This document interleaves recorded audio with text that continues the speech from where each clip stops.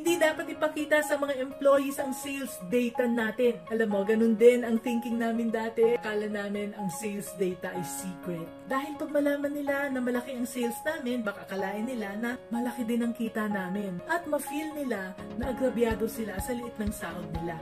Hindi kasi nila alam na hindi lahat ng sales ay kita na kailangan nating magbayad pa sa suppliers, sa rental, sa tubig, sa ilaw, sa mga tao, taxes, marketing expense, internet, at iba pa. At kung may matira, tsaka pa tayo kikita.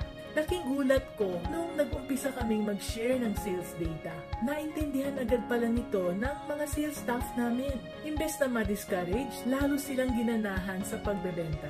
Na-feel kasi nila na naging part sila ng buong team at kung paano silang nakakatulong sa paglago ng aming business. Ang sales data ay hindi lang pang-management. Para sa lahat ito, para magtulungan tayo patungo sa ating business success. Tandaan mo ito para maging business-minded ka, Pinoy. Itago mo yan, sabi ni Carol.